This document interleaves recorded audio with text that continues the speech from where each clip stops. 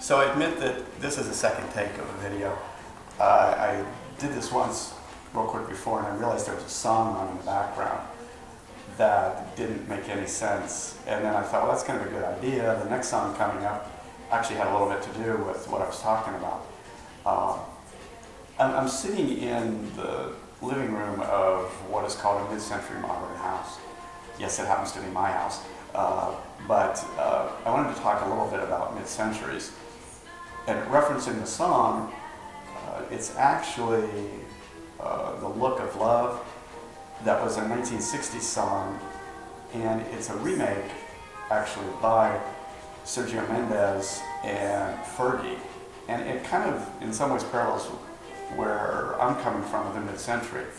This is the second one that I've owned in Las Vegas, and a lot of people tend to think of a mid-century as, okay, when somebody moves in there, they're going to live this total 50s, 60s lifestyle with the furniture and everything about it has to be this true 50s or 60s look to be in the house. I look at mid-century moderns as very clean design, very adaptable to a lot of things that can go into it. I definitely keep it more contemporary, and I throw in some things that are very characteristic of the 50s and 60s, but I don't have to have everything in the house be from that time period. When you look at mid-centuries, there's a lot of characteristics that define them. Some of the things that you'll see a lot of is the post and beam construction. This house is what I call probably on the safe side of a mid-century.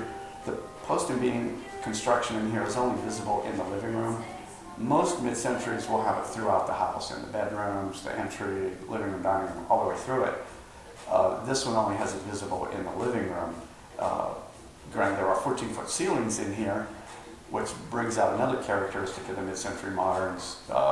In the high ceilings, you see a lot of clear stories. Again, in this house, they start at like 10 feet and go up, which makes it kind of difficult for filming in here because another characteristic of mid-centuries are they're very bright. They're very open to the outside. To the other side of me, over here and behind me, is a complete wall of glass that looks out onto the backyard and a huge free-flowing pool, and it makes it extremely difficult because it's so bright in here. But the other things that you'll see in mid-centuries are a very informal open floor plan. They tend to be an open living room, dining room, kitchen. You don't have a lot of small rooms off of it. You're not segregated with, family room that's enclosed or a little living room that's enclosed somewhere like you see in a lot of tract houses that are built now. A lot of that was just the lifestyle that was starting to come out in the 50s and 60s. It was a lot of entertaining. It was a lot of interactive type things even within the family unit. You see a lot of interaction of indoor and outdoor spaces where, again, the big walls of glass looking into courtyards or into yard spaces. So there's a lot of indoor-outdoor living in it. The other characteristic here is this huge fireplace, the huge stone fireplace.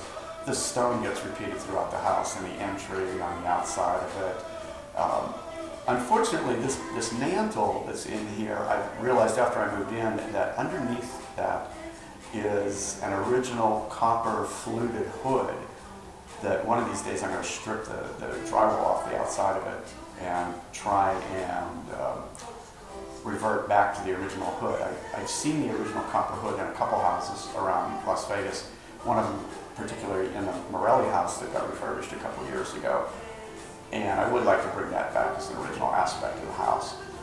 But the other thing I really like about this house that's kind of fun is it has a sunken living room in it. I don't know why I always considered that kind of part of a mid-century characteristic where the living room step down 2 steps from the entry and step back up to the dining room.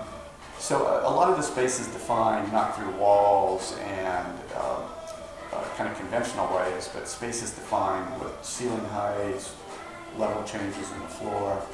You tend to see a lot of almost see-through room dividers between rooms in mid-century houses as opposed to solid walls. You see perforated block and woven screens between rooms, a lot of sliding panels in between rooms, almost shoji screen type installations. But I like the mid-century really because to me it's a truer expression of design as opposed to building what I call the pseudo-Tuscan tract houses that are all over Las Vegas right now, or a colonial in the middle of the desert.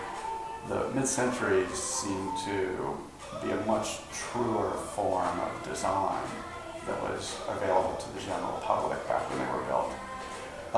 If you want to find out more, there are a lot of things that you can find on the web. If you just Google mid-century modern, you'll get inundated with sites to look at. There is a magazine called Atomic Ranch that has a website, atomicranch.com, which is a great little resource. And in my old neighborhood, somebody started a website called ParadisePalmsLasVegas.com, where they have the original sales brochures from the 1960s Paradise Palms development with the original floor plans, original elevations of the houses in there. So my design thought is I'd encourage you to look into some of that stuff and find out how to preserve some of these things. And if you ever buy one, please don't try and take a mid-century and turn it into a Tuscan or a colonial house. It just doesn't work. So please don't do it. Later.